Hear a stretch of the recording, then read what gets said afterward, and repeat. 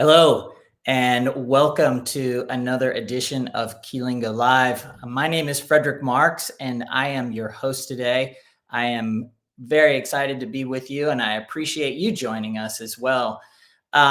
You have joined us for a live show where we are talking to business leaders. This particular series is called the Keylingo Spotlight Lessons from Leaders. Now, I'm sure you see lots of posts on LinkedIn or you've talked to leaders in the past, but this particular show is designed to give you direct access to some of the best leaders that I've ever met and some of leaders that have some really great, unique skill sets. And that's the purpose of this show, is to bring some real value to the community. We hope you'll hang out with us and engage with us. Use the chat, subscribe to Keylingo on LinkedIn, follow me on LinkedIn, follow our guest on LinkedIn. There's lots of ways to engage with us. So we really appreciate your time here today. If you're taking a break, by the way, happy Friday. We're almost into the weekend, and we're going to engage you straight away. We want to ask a question for you, and we'd like you to answer the question in the chat section here. We want you to get used to engaging with us in the chat section. And the first question that we've got for you is, our virtual space is bringing all of us together, and it's super fantastic. So tell us where you're joining us from. Let us know your location. Drop a comment in the chat. And also, one other thing, we'd love to know your current role or job, whether you're a passionate entrepreneur, a dedicated pro, or a student chasing dreams. We want to hear what keeps you busy these days. So go ahead and share that in the chat. We would really appreciate that.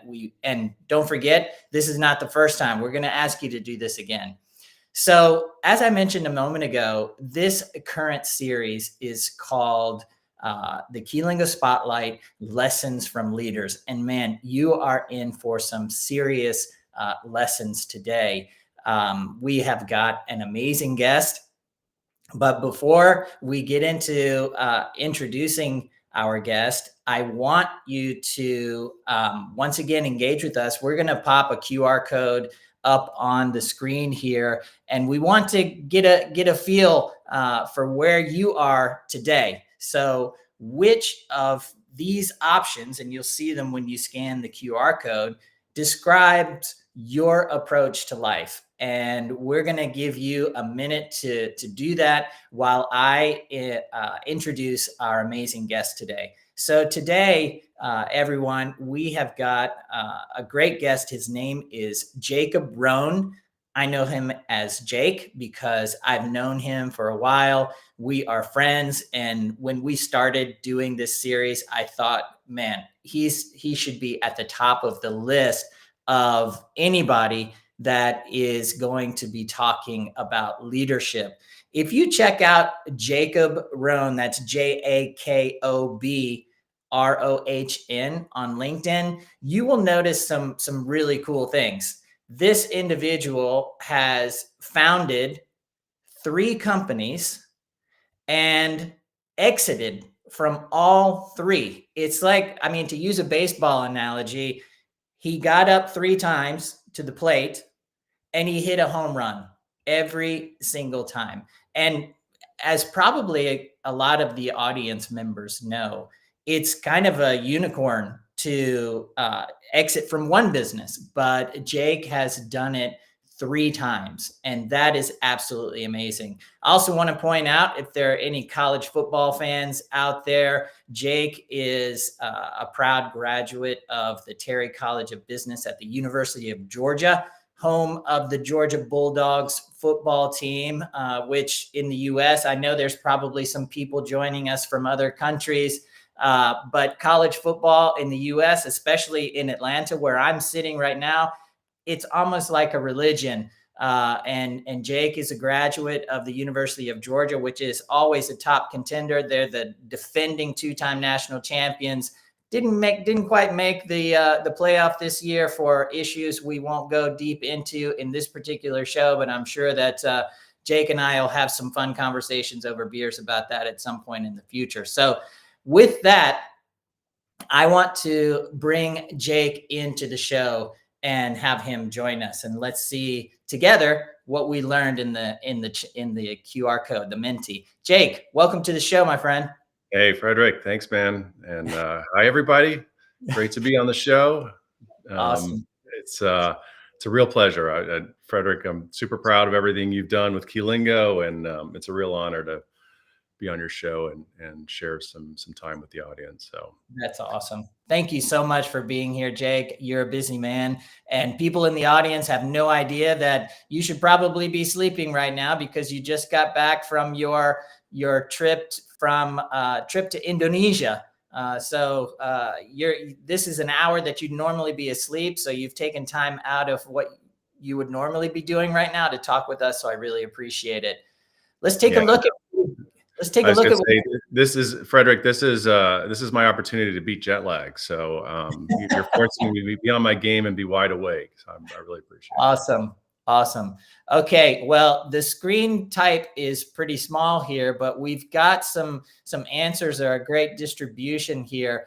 Which of these options best describe your approach to life? And let's see what we've got. We've got the explorer, always up for new adventures and experiences. We've got the hustler, hardworking and persistent, giving it your all. We've got the connector, building and cherishing relationships effortlessly. And then finally, the dreamer, guided by big visions of future plans. And the most of the audience is leaning toward explorer, which is pretty nice. Jake, what's your take on this? I totally agree with the audience. I think that, as a guy who just got back from a trip to the Komodo dragons in Indonesia a few days ago, I definitely associate with the explorer.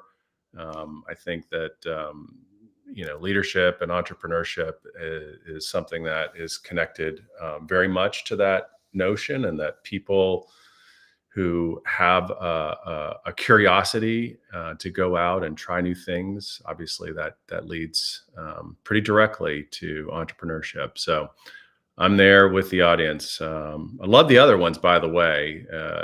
Nothing against the hustler. Hustling is a big piece of entrepreneurship as well. But I think that's something that, can be, can come out of being in part of something. You can't get into something without the dream of exploration. So I see the correlation. Awesome. Well, as one might expect, if you know anything about me and Keylingo, we've got some great visitors from Argentina. We've got some folks from Spain. So we're covering the globe today. So I'm super excited that folks have joined us today. And please, as we're going through this, tell us where you are in the world. Tell us what your current job role is. And just generally engage with us, connect with us. This is your opportunity to chat with a person that's really accomplished a lot in the way of entrepreneurship. And also we'll uncover this during our conversation, but just an all around great guy. So let's first question, because chomping at the bit to learn some nuggets of wisdom from somebody who's been there, done that, and gotten the t-shirt multiple times. So Jake, did you initially plan for entrepreneurship when you started your career, or did it just happen sort of organically over time? Yeah, definitely more organic. I wish that I could say I came out fighting and scratching to build something, and I was going to be an entrepreneur my whole life. But the reality is, if you'd asked the 22-year-old version of me, probably would have said, "Look, I love entrepreneurship, but I'm a corporate guy," and I was. I came out of college and spent 5 years in the corporate world. And had an amazing experience and very fortunate experience there. The fortunate part of it was I I got a job as an analyst, and my first role really was to look at companies and meet leaders, really to help recommend investors buying or selling their companies. So they spent a lot of quality time with me, and I saw through that experience just how much people appreciated what they'd done in the business world as people who were running companies. And that, I think, more than anything, influenced me to actually take the step out of corporate world, and about 26 years old, into entrepreneurship. So I think the lesson there is probably you don't need to be at some juncture in your career where you look back and think, oh, I haven't been an entrepreneur yet, therefore I can't. I think that you can really do it at any juncture in life. It's a big word, and I think it's thrown around a lot. But to me, it just means taking more responsibility for your career, and really stretching yourself to go after something that you see. And I had that kind of at the end of my corporate time. I met some folks who were entrepreneurs and brought to me an idea of starting something new. And so, I don't know today if that hadn't happened, whether I would have stepped out on my own. Probably not, or at least not at the same time frame. Right. But I met some great people, and we decided, after really probably almost a year of talking about whether we were going to do something, to actually do it. And I'm so thankful today that that it happened like that. So Yeah. Amazing story. We share some common history in terms of, out of college, going to work in corporate America, probably encountering some mentors and learning some valuable lessons about how to do things and how not to do things when you eventually reach the point where you decided to take that entrepreneurial leap. I know that those lessons that I learned were incredibly important to me, and those people that I met that you mentioned also. So that first step into the corporate world, how important do you think that was in terms of, it sounded like it's super important because you met people that you eventually went into business with. Is that right? yeah, for me, it was really important. Because I didn't come out of high school and college just dreaming of entrepreneurship. It took that experience for it to really grow inside of me, and see what others had done, and kind of experience business without the pressure of having to start my own thing. The ability to learn from great people that I met, and also, frankly, see some things that I didn't really appreciate during that time, and and spend that early formative years really learning both pros and cons of what I could gather from everybody that I got to touch. So yeah, I think that's an important time. Frederick and I actually met through our kids. We have two sons who are the same age, and they were little toddlers when we met, but they're now most of the way through college, which is incredible to think about. I know. And I'm having the same conversation with him, Yeah. as I know you are with your son, about what to do at this juncture where they're coming out of college. And my guidance to him is just, follow your passion. If you want to do entrepreneurship, great, but there's real value in getting out in the real world and spending time in corporate. 100%. Thank you for that, Jake. This next question is so true, because I think there's probably a fair number of people in the audience that are currently in that period of their life that they're working for other people, and hopefully they're in an amazing situation where they've got a great management team and great coworkers that they're enjoying their time there, and that's a completely fine and wonderful way to spend your career. Hopefully you find that company that you fall in love with. But building businesses is hard. You know it well because you've done it multiple times. And I would be very interested, and I think the audience would be very interested too, to know if there are some, because you've done it more than once, it's not obviously not a fluke. You've done it 3 times. what are some patterns? What are some keys that you think that you discovered or you learned that have been keys to your success in doing it? Yeah. Well, first thing before I answer that is I'll say, yeah, for sure it's tough, and I can say that, and I know people will hear it, but it's really hard to internalize that and really understand what that means until you're in it.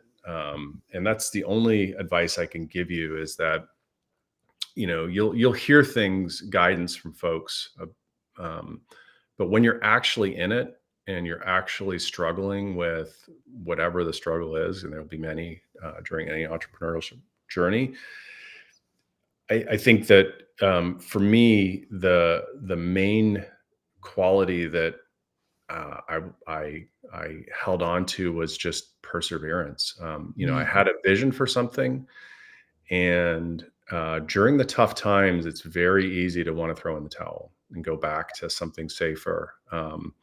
And granted, there certainly are situations where throwing in the towel probably makes sense, but that shouldn't be the first thing to do. You really are going to have to kind of bear through some challenges that you may be surprised by. It may be personal things that come up. It may be related to family. It may be definitely related to the business. Um, and so just having that ability to sort of have faith that you're on a mission for some purpose and you need to keep the course long enough to survive those initial blows, whatever they are.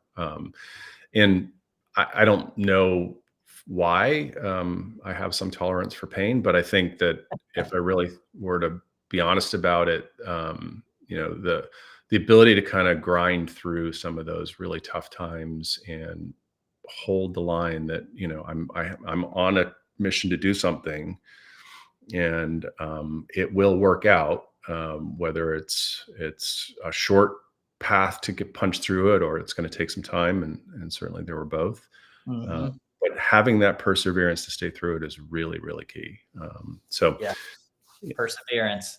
I think, wasn't it Mike Tyson that said that everybody's got a plan until you get punched in the face? yeah. And what the audience may not know as well, unless you've surfed my LinkedIn profile and Jake's LinkedIn profile, is that we actually were business partners for a while ourselves.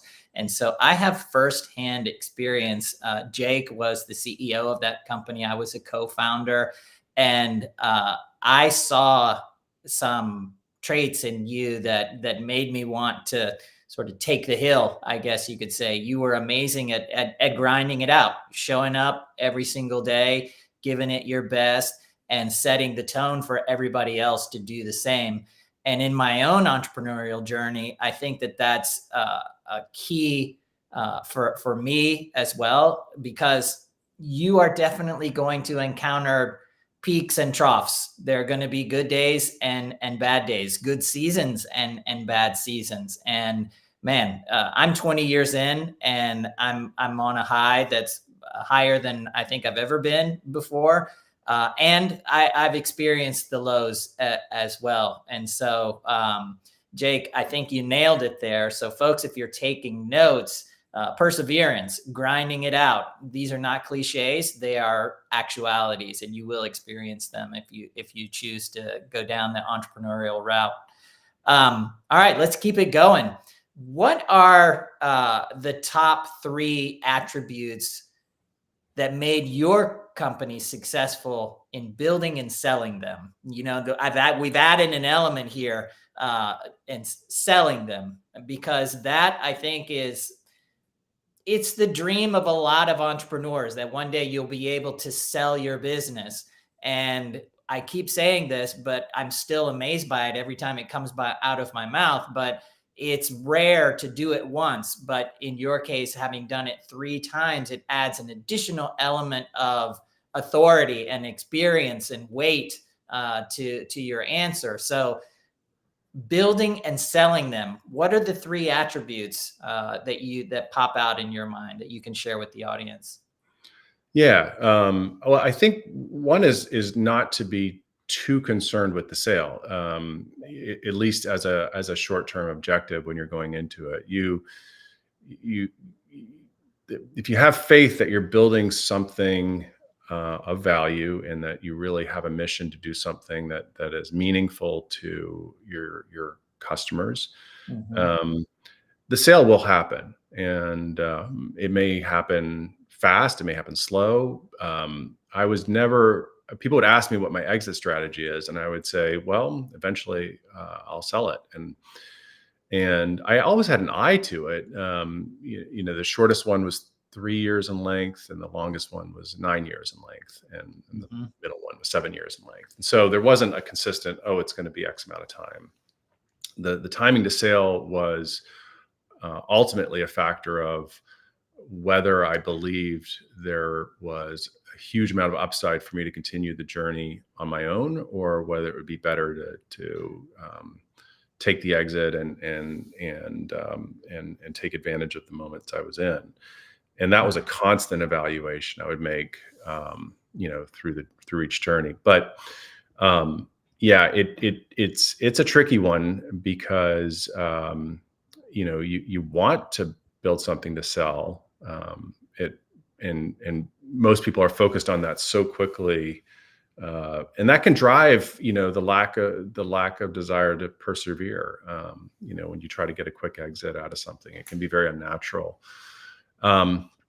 So I having that patience, but also, I would say at the same time, all three of my exits were to strategic partners who we had a very strong relationship with.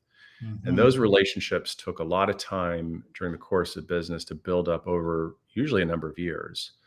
And ultimately, you could argue that, there was sort of a long buildup to the sale that just happened in due course of building a good company. So, looking back on it, wasn't exactly a plan to say, hey, these are the people I'm going to sell it to, and therefore I'm going to focus on building a partnership with them. We built partnerships with a lot of people. Each Right. company, there were dozens of partnerships, and any one of them could have turned into the ultimate exit.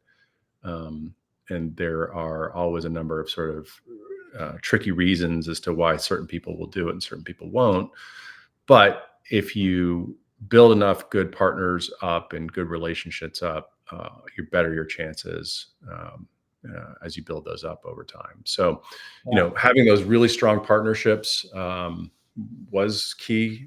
Now, if you sell to a private equity firm, it may be less important, or if you go public or something like that. But for me, all three were strategic exits, and so those strategic partners were super key.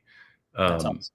yeah. So I think those are sort of the things that come to mind. And we've talked about perseverance, and that would go to the top of the list for answering this question. Just sticking it out.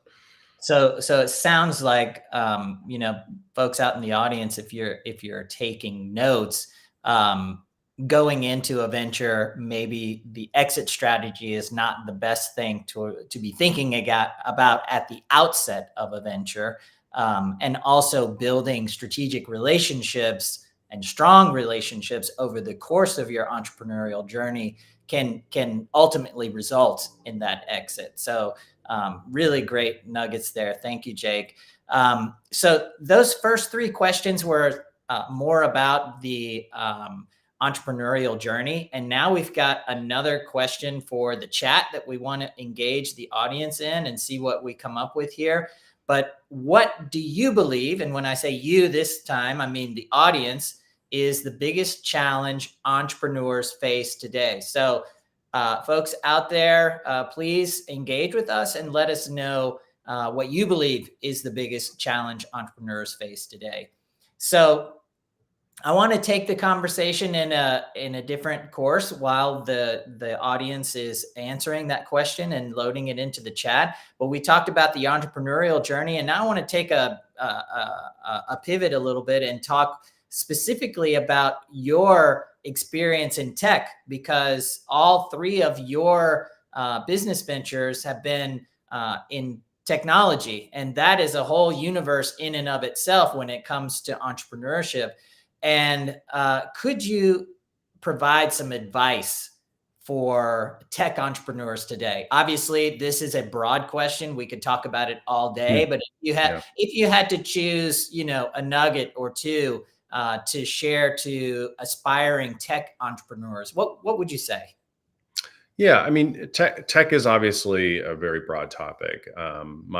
Within tech, all three of my companies were SaaS software companies, software as a service, meaning, we built software that our customers, which were in all three cases, companies would subscribe to for various purposes. In my journey, all three companies were in different industries. So my expertise, if you will, was in building the SaaS software business model up and bringing in great partners who understood, specific industries that we were focused on in any given venture. So I think one thing is that that became clear, having done it in three different industries, is that there's a lot of commonality in, regardless of what industry you're playing in. I mean, if you have an idea in the audience today for doing something in, pet food versus medical, hardware, I mean, having some good basic tenets of how you build a company, it really doesn't matter ultimately what industry you're in. Industries do have nuances for sure, but being disciplined in how you build something can stretch, really, once you've done it, into any industry you want to focus on. Tech specifically, I think, if you're from the outside and you haven't worked in it before, it can be very daunting because it's so complicated under the covers. I frankly never knew how to code myself. A little bit of an aberration in tech. Most people who've gone through it know actually how to do it. But I knew how to have great partners who really knew what they were doing, and I had faith in them. And so, tech, is like any other business, where the partners that you have, and I'm talking about your internal business partners, not your strategic partners, the co-founders that you have, your first employees, your board, those folks are going to play a key role. And you want to build teams that are cross-discipline, that have different expertise, and not everybody's bringing the same perspective to the table. And having the ability to just listen and trust those people in their given expertise, while sort of arbitrating it towards a common goal, making sure that people aren't going down on tangents, and corralling folks to head towards a common mission. So in tech, that's really key, because there's so many options. Once you started in tech, you quickly sort of look around and go, oh, we could go in that direction, or we could go in that direction. We were always very, very focused on our mission. We may have made small pivots along the way, but we never deviated from the mission that we were on. Yeah. And I think that's really key in tech, because it's so wide open, and you can go down so many rabbit holes, and you can get lost in those rabbit holes. And I think most tech companies I've seen that follow them end up getting spread too thin, and they end up kind of on the chopping block pretty quickly. Right. Okay. So it sounds like who you choose as your partners when you're launching a technology venture is crazy important.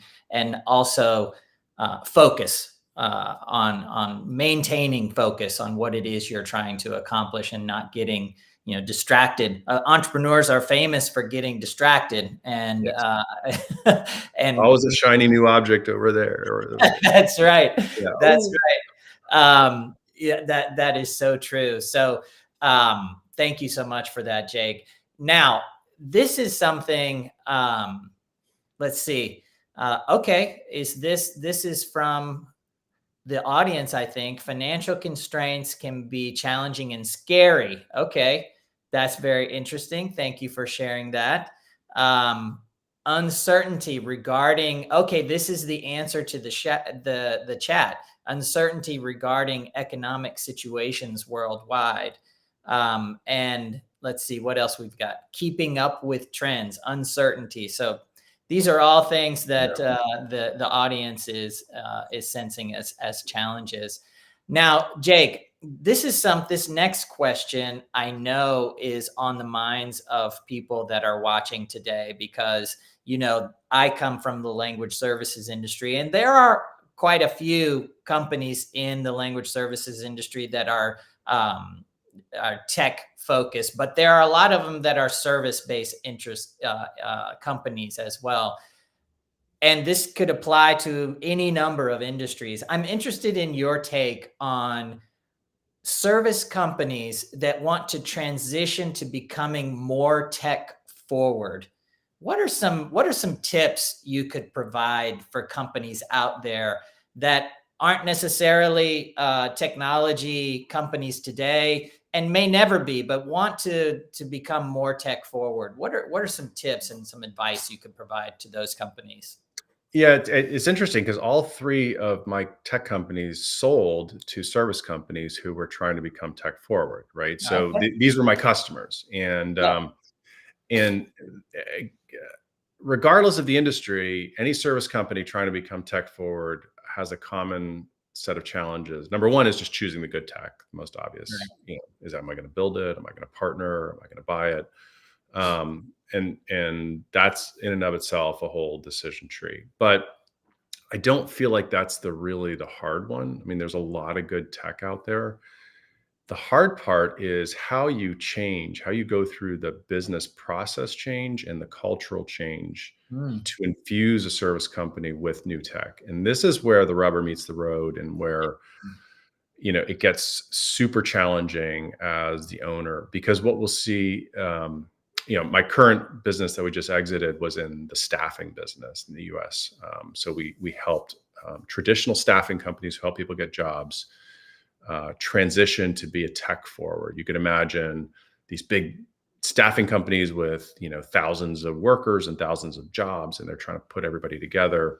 We came out with kind of like an Uber, if you know Uber, the Yeah. ride sharing company, that kind of technology, but we applied it at a large scale business to these staffing companies.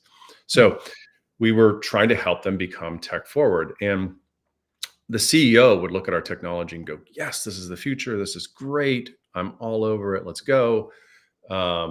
And we would then quickly sign a contract and then get into like a 1 or 2 year implementation. And the reason it would just grind down into this like super long process wasn't because we were trying to install the tech. It was because they were trying to take people who had grown up and had 20 years experience doing business a certain way, and now putting this new tech on their desk and saying, okay, we'll use this.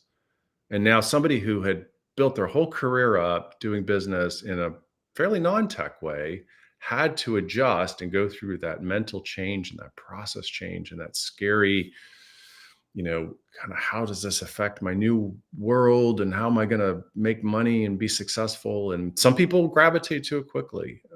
It's a bell curve, but a Yeah. large swath of people are just resistant to change in a service company. And so to that, I would say to that challenge, the best answer I can give is that the executive team has to make a point of attacking that change management challenge. They have to put pom-poms on and cheer the change and incentivize people and remind people why it's happening. And if that's not in the cards, the tech will never get adopted by the service company. Wow. Super interesting. So it really doesn't have anything to do with the capability of the new technology that you're supplying this service company with, but more so it's impacted by the willingness of the employees and the company itself to adopt the new technology. And Wow. you probably go through this at Keylingo, right? You bring some new technology package in, and then you've got to work with everybody for a long time to explain, here's how, not only how it works, but why it's important to you, how this is going to help you in your career, how Mhm. this is going to affect things, and that's that's a lot of heavy duty change management. Yeah. Now, the tech is important. I don't want to say like that's easy, but that's sort of like step one, which is a hard choice. Step two, which is super hard, is the change management. Yeah. Wow. Yeah. Very, very interesting. We are burning through our time here. Once again, if you're watching us today, please don't forget to follow us. If you see Jake and want to follow him, that's great. He is a tremendous entrepreneur. You can follow me as well. I'm Frederick Marks. We're gonna bring you this type of content on a regular basis. So please, we'd love to see you in future episodes of this live event. Now, we've spent the majority of this conversation without bringing up the elephant in the room, Jake, that everybody is talking about these days, and that is AI. And because I know you, I know you're already dialed in on AI, and you have a lot of thoughts about it and where it's going and ways that you can capitalize on your own expertise within tech. So I'm very, very curious, and I'm sure the audience is as well. But what aspects of an AI venture do you think make it a good investment? Yeah.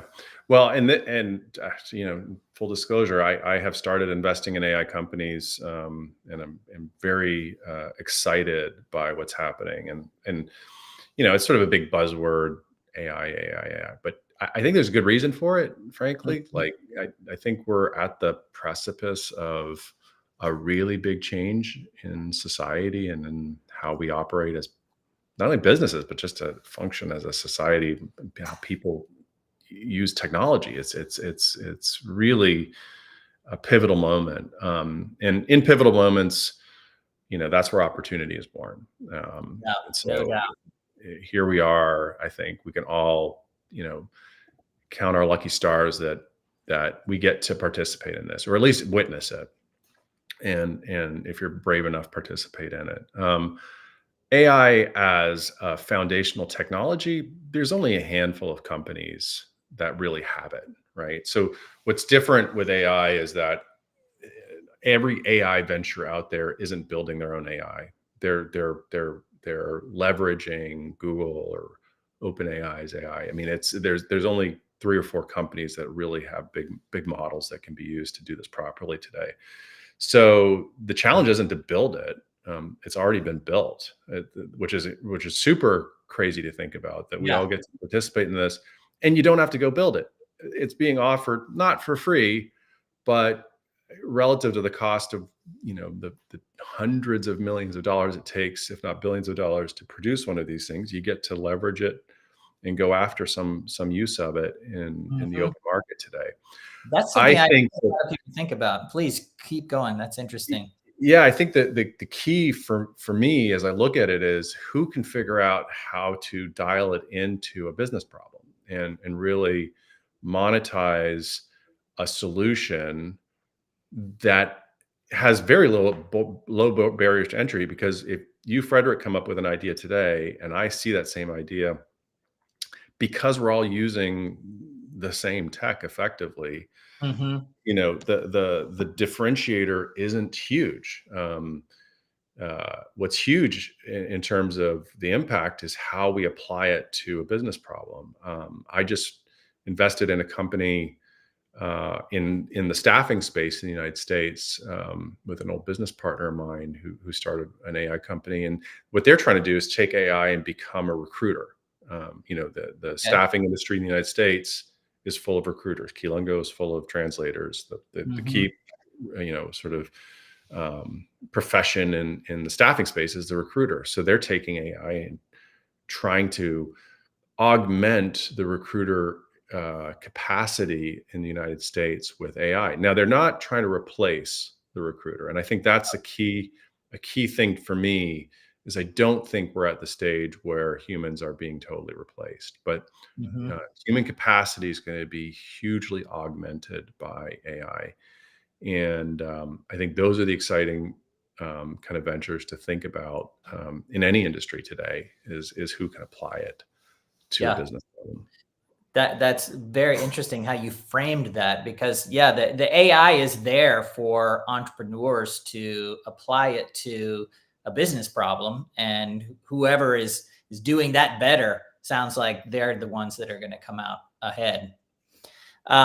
Jake, we're really running out of time here, but I do want to get into one of our questions that are more personal in nature in terms of your philosophy on success. We've only got, as I said, a few minutes, so we're not going to be able to tackle all of these. But I do want to touch on a couple of them, and maybe we can answer them quickly, more rapid fire style. Yeah. But what's better, bootstrapping or taking on investors? Short answer is bootstrapping if you can do it. I mean, bootstrapping means you're funding it instead of investors funding it. And the longer you can fund something, the more of it you're going to own. So Awesome. if you can do it, bootstrap it. If you can't, raise the money. Awesome. What do you think is the key to managing a balance between your professional and personal life effectively? I probably have an unusual answer to this. I don't think balance is the key. All right. Yeah, I mean, everybody wants to talk about balance because it's healthy, but the reality is you're going to have to make some sacrifices to build something, Hmm. and it's knowing. Well, we've lost Jake's internet What connection. and how to sacrifice. There you go. You're back, that buddy. is- Keep going. Oh, sorry, I didn't. My internet cut out. What I was saying is that I think that sacrifices are really the name of the game for the entrepreneur, and balance sort of implies you're not sacrificing much in any category of your life. But the reality is, to do something, you got to go all in, and you're going to make some sacrifices. No doubt It's about kind of the opposite of balance in a way. it. And I can definitely relate to what you're saying. 20 years in on Keylingo, there have been seasons where I have had to sacrifice a ton. And so right on the money with that. So last rapid fire question. This is our last question in the series of questions that we're covering today. But now that you've wrapped up your third business venture, what's the next chapter look like for you? Oh, well, I am so excited by everything going on in AI, and I think I'm now in a position where I can start to work with a lot of different ventures, and as opposed to going back all into something again. And not to say that's off the table for me, but at least right now I'm really having fun advising and investing in a lot of different companies, and helping entrepreneurs get to see their missions come to reality. So that for me is super exciting and sort of driving me to my next frontier. That is so cool. Jake, we are about a minute before we need to sign off and let people get back to their jobs. But I just want to, as your friend, I really want to just share with you how proud I am of you and all you've accomplished, and proud to be your friend. And just congratulations on your success and all of the people's lives that you already have touched and that you're going to touch. Folks, this is a guy you want to connect with if you want to succeed in business and in your personal life. So congratulations again, Jake. All right, we have got one more gauge here that we'd like to interact with the audience with. And how would you describe your current mindset towards entrepreneurship after you've spent the last 45 minutes with us? And you've had a minute or two to scan that QR code and let us. Okay, not so many have scanned it. Let's see what we got here. But once again, Jake, you have really just been an amazing guest, and I really want to thank you so much for joining us today. I want to see if we're going to get some answers to this. Well, while we're waiting, right back at you, Frederick. I'm so proud of everything you've done with Keylingo, and I've watched it grow over the years now, and I'm just so excited over everything going on with you. Awesome. Thank you so much. Well, we're starting to see. I wish I could read that. I have no chance at all of reading that text down there. But we've definitely got some folks with I'll put my particular. old man glasses on. Hold on. uh, Curious and engaged okay. is the Yeah. 50% Okay. winner. 43% informed and prepared. Okay, well, we've got a technical detail that we got to work on for the next episode. But Jake, I know that you've just returned from an amazing adventure to Indonesia, visiting family, and you took family along with you. And I know you're on the cusp of starting a new one in Whistler. Probably going to go skiing. So have fun, safe travels, and I'm looking forward to connecting with you in person soon. Thank you to our audience. And be on the lookout for future episodes of folks that are inspirational and who have accomplished a lot in their professional life and personal life as well. Thank you so much. Have a great day. Thanks, everyone. Thanks. Bye-bye.